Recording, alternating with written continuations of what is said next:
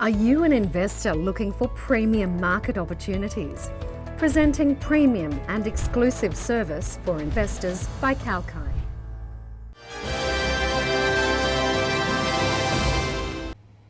Hello, I'm Rachel Jones and this is Kalkine Media's breaking news. At its meeting today, the Reserve Bank of Australia decided to increase the cash rate target by 25 basis points to 2.85%.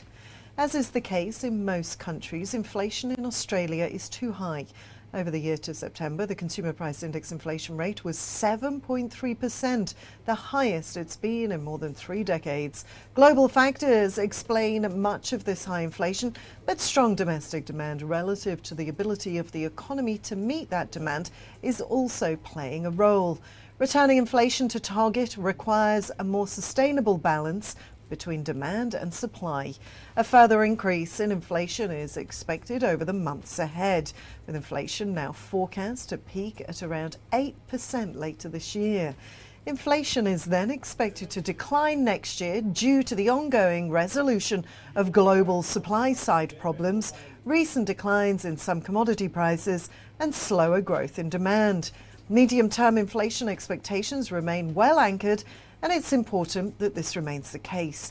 The bank's central forecast is for CPI inflation to be around 4.75% over 2023 and a little above 3% over 2024.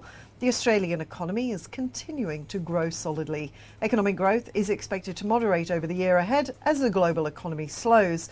The bounce back in spending on services runs its course, and growth in household consumption slows due to tighter financial conditions. The bank's central forecast for GDP growth has been revised down a little, with growth of around 3% expected this year and 1.5% in 2023 and 2024. Higher interest rates and higher inflation are putting pressure on the budgets of many households.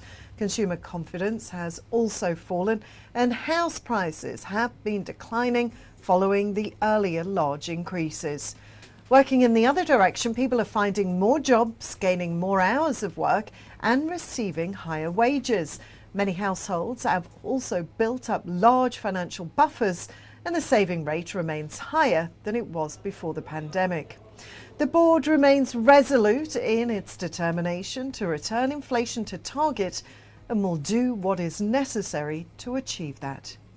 Well, that's the latest economic news from Kalkine Media. I'm Rachel Jones, signing off for now.